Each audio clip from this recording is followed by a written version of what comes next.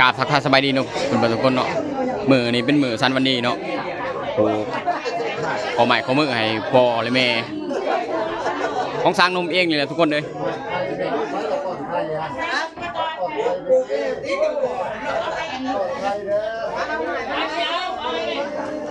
เป็นประเพณีของ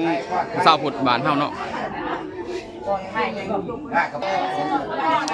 มีแต่คนในหมู่บ้านตัวเองเลยทุกคนเลยมันก็สิโหร้ายไปได้เนาะพวกประมาณนี้แหละแต่ก็ว่าโอ้บ้านเฮานี่คือโหร้ายเลย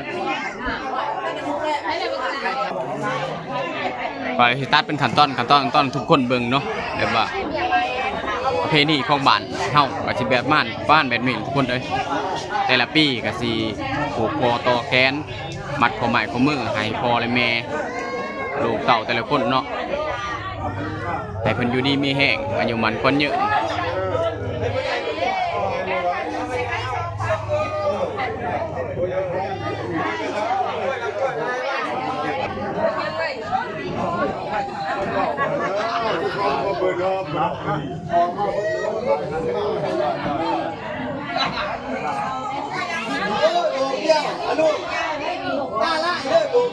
ชาวบ้านนั้นดูใหม่เนาะคน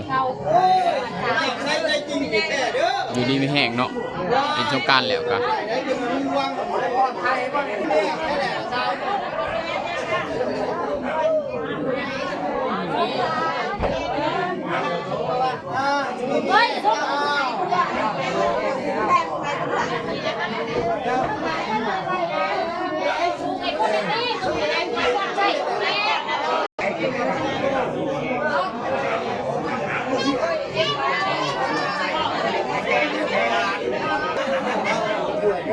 แม่เนาะ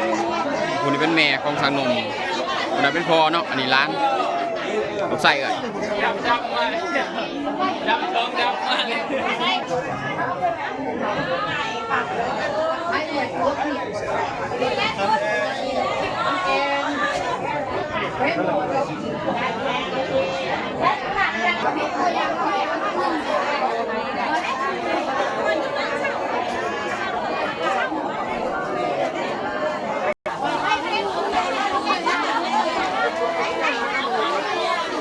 วนว่ายในจังหน่อยนะทุกคนเนาะ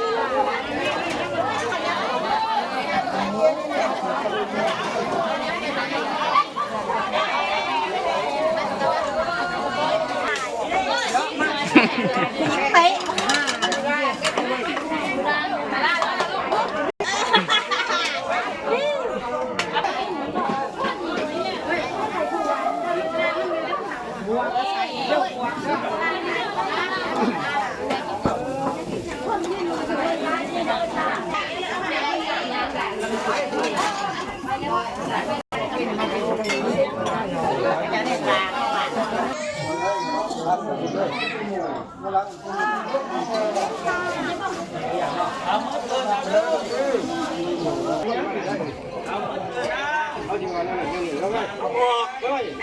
แป้งกินมันก็ล่างคุณมาถ่ายจับการถ่ายเอา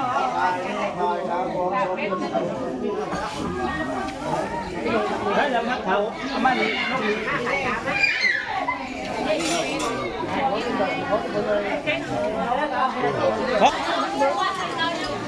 น้องเอ้ยเขากล่องนี่